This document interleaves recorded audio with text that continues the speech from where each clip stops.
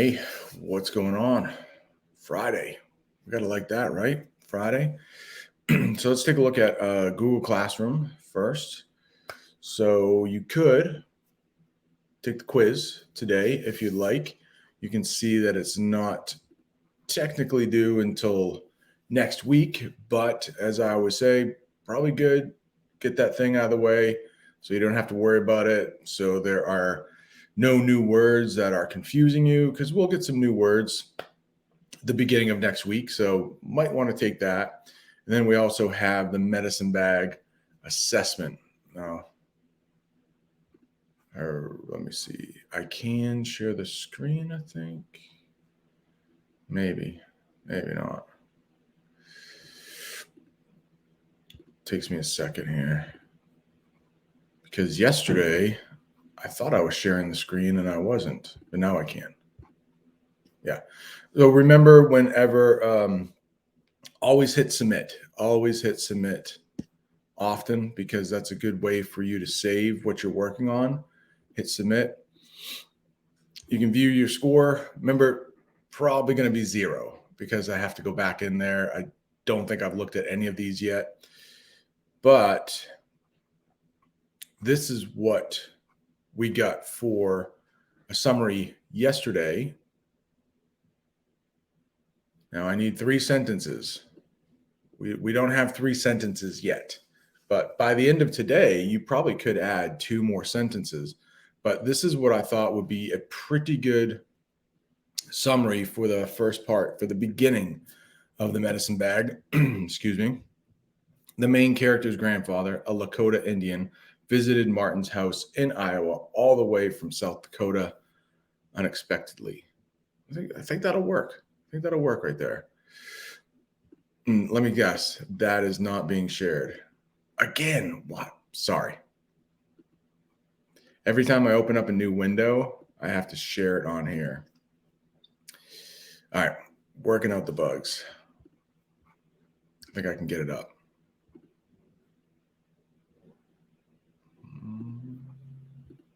How about that? Yeah. That good?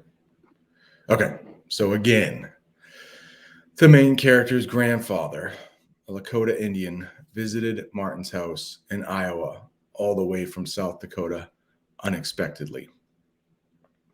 I'll leave that up there for just a second. I can actually hide my face. Look at this. If you want to write that down, or if you want to watch this video back and pause it. So let's get into, I just want to show you, if you're not doing this already, you should be able to hit that submit button. Are you enjoying Paper Towns? No. Why can't I hit submit? Maybe I just wanted to look at my score. But you can always go in and edit. So too many screens here to share. Jeez. All right, let's get on to the medicine bag. Get rid of that. Medicine bag, part 4. The end here.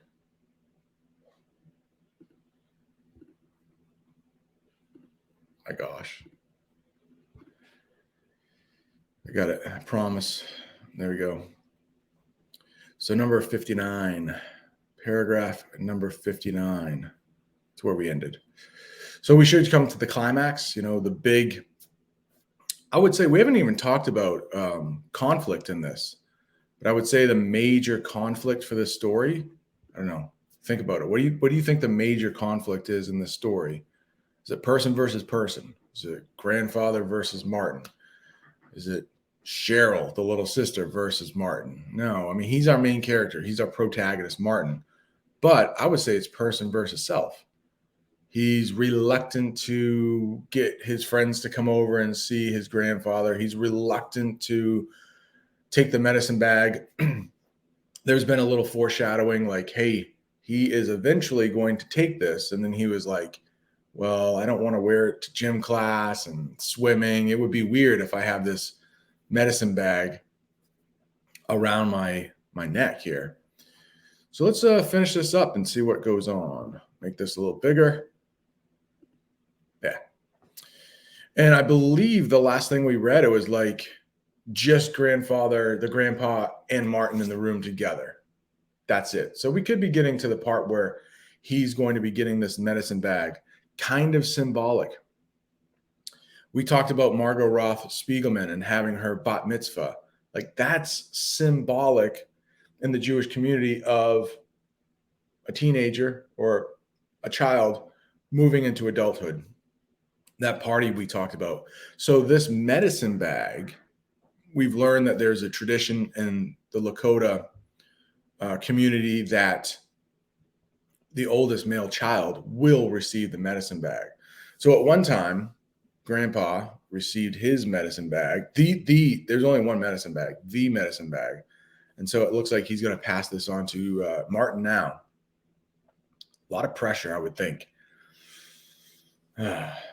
Sometimes kids are too young to receive these family heirlooms, we might say. I don't know. Hopefully he doesn't lose it. That'd be embarrassing for the family. I felt a hard squeeze from where my heart is supposed to be, and I was scared, but I answered it. Okay, Grandpa. At night, I had weird dreams about thunder and lightning on a hill. From a distance, I heard the slow beat of a drum. When I woke up in the morning, I felt as if I hadn't slept at all. Oh, I hate that feeling. At school, it seemed as if the day would never end. And when it finally did, I ran home. Grandpa was in his room, sitting on his bed. The shades were down, and the place was dim and cool. I sat on the floor in front of Grandpa, but he didn't even look at me. After what seemed a long time, he spoke. I think this is great. We call this imagery. Anytime you can get the senses into your writing, that's a good thing. What it smells like, what it tastes like. Most of the time, we only use what it looks like in our writing, but if you can get those other senses in as well, it's a lot more powerful. So the shades were down, the place was dim and cool. So we got some visual, but we also got the feeling too. I sent your mother and sister away. What you will hear today is only for your ears. What you will receive is only for your hands. He fell silent.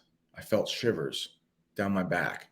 So some more feeling right there.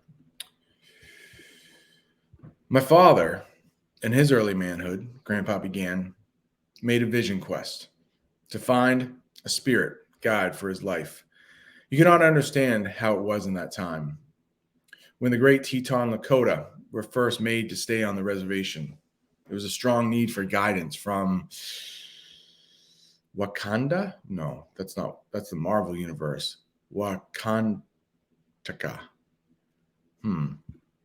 What is that? Lakota's religion's most important spirit, the creator of the world. Okay. Or here, right there, they tell us, the Great Spirit. But too many of the young men were filled with despair and hatred. They thought it was hopeless to search for a vision when the glorious life was gone and only the hated confines of a reservation lay ahead. But my father held to the old ways. He carefully prepared for his quest with a purifying sweat bath. And then he went alone to a huge butte. I know that might look like but it's butte. And it's, well, as you can see there, isolated mountaintop with steep sides, kind of like a really tall mountain, almost like a high plateau. We don't have them here in Maine, but out west they do. To fast and pray. After 3 days, he received his sacred dream, in which he found, after long searching, the white man's iron. He did not understand his vision of finding something belonging to the white people, for in that time, they were the enemy. Remember, it's probably because of the American government at the time, probably mostly run by white people or all by white people, that forced him to go to the reservation. When he came down from the butte to cleanse himself at the stream below, he found the remains of a campfire and broken shell of an iron kettle. This was a sign that reinforced his dream. So just an iron kettle there, but to him, that was symbolic of his dream. Iron kettle means much more than just an iron kettle. It's telling him that his dream was correct. He took a piece of the iron from his medicine bag, which he had made of elk skin years before to prepare for his quest. He returned to his village, where he told his dream to the wise old men of the tribe. They gave him the name Iron Shell, but they did not understand the meaning of the dream either.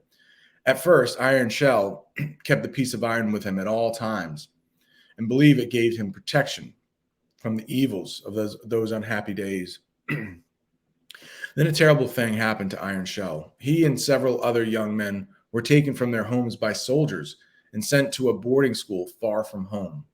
He was angry and lonesome for his parents and for the young girl he had wed before he was taken away.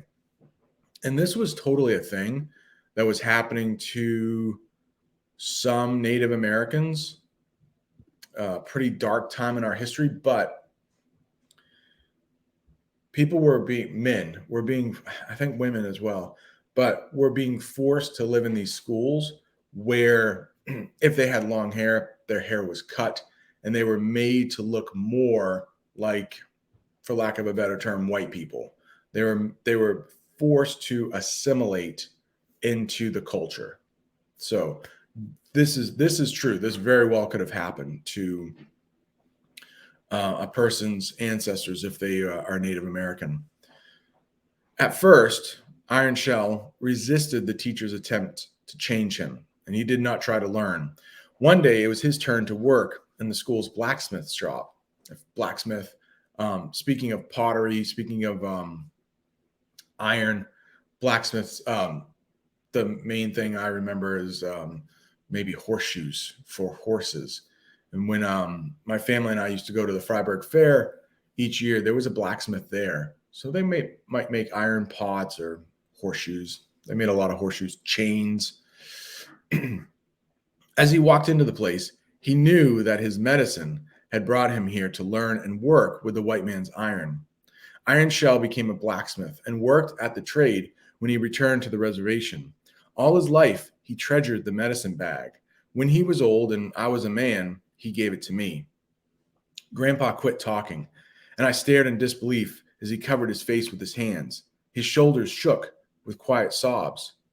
I looked away until he began to speak again. I kept the bag till my son, your mother's father, was a man and had to leave us to fight in the war across the ocean. I gave him the bag, for I believed it would protect him in battle, but he did not take it with him.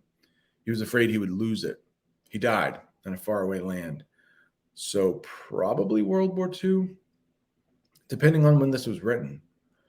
There's been no mention of cell phones, so it could have been World War I. There were drafts in World War I, World War II. Again, Grandpa was still, and I felt his grief around me. My son, he went on after clearing his throat. I've had to clear my throat quite a bit too. Had no sons, only one daughter, your mother. So the medicine bag must be passed to you. He unbuttoned his shirt, pulled out the leather pouch, lifted it over his head. He held it in his hand, turning it over and over as if memorizing how it looked. In the bag, he said, as he opened it and removed two objects, is the broken shell of the iron kettle. Pebble from the butte, and a piece of sacred sage.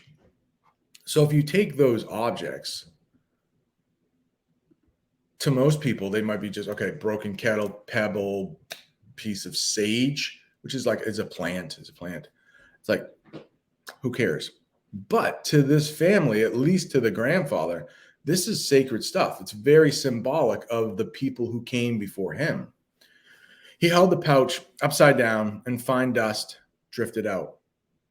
After the bag is yours, you must put a piece of prairie sage within and never open again until you pass it on to your son. He replaced the pebble and the piece of iron and tied the bag. I stood up, somehow knowing I should. Grandpa slowly rose from the bed and stood upright in front of me, holding the bag before my face.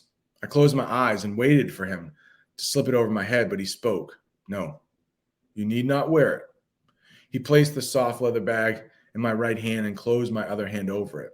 It would not be right to wear in this time and place where no one will understand. Put it safely away until you are again on the reservation. Wear it then when you replace the sacred sage. So he does have to, for this like quest to be fulfilled, he has to go back to the reservation, replace that piece of sage. And I think probably to him right now, he's like, at least I don't have to wear it right now. And again, there's that right time, right place for everything. Grandpa turned and sat on the bed. Wearily, he leaned his head against the pillow. Go, he said. I will sleep now. Thank you, Grandpa, I said softly, and left with the bag in my hands. That night, Mom and Dad took Grandpa to the hospital. 2 weeks later, I stood alone on the lonely prairie of the reservation and put the sacred sage in my medicine bag. So that's the end. That's how it ends. Lots of questions about that last part there. But it honestly doesn't look good for Grandpa. I'm assuming a lot here, but it seems like the grandpa, and I don't know how many of you people have had this in your life, but older people, they have like one thing they want to get done before they die, and that's what's keeping them alive. And maybe this whole time, Grandpa really needed to get that bag to Martin to pass it on before he died. And that night, once that task was done, he was out of energy. And you could say that the reason he goes back to the reservation just 2 weeks after that is because the grandfather has passed away and they're going back for his funeral and to bury him on the reservation. So I'm not sure, I think we like it when authors give us everything. That so rarely happens, right? Didn't happen for Baby Killer Unicorn. We had to figure out a lot. Red Roses, it was just, we barely got to know that one. It was just in and out, page and a half. But hopefully you enjoyed this. Like I said, I didn't pick this. Again, I'd give probably a seven, maybe 7.5 out of all the stories I've read. I will definitely put now that we're done with it, I will definitely put a poll up to see if you liked it. But I think I have to teach it next year too, because all students in Auburn are learning those stories in Medicine Bag and Red Roses.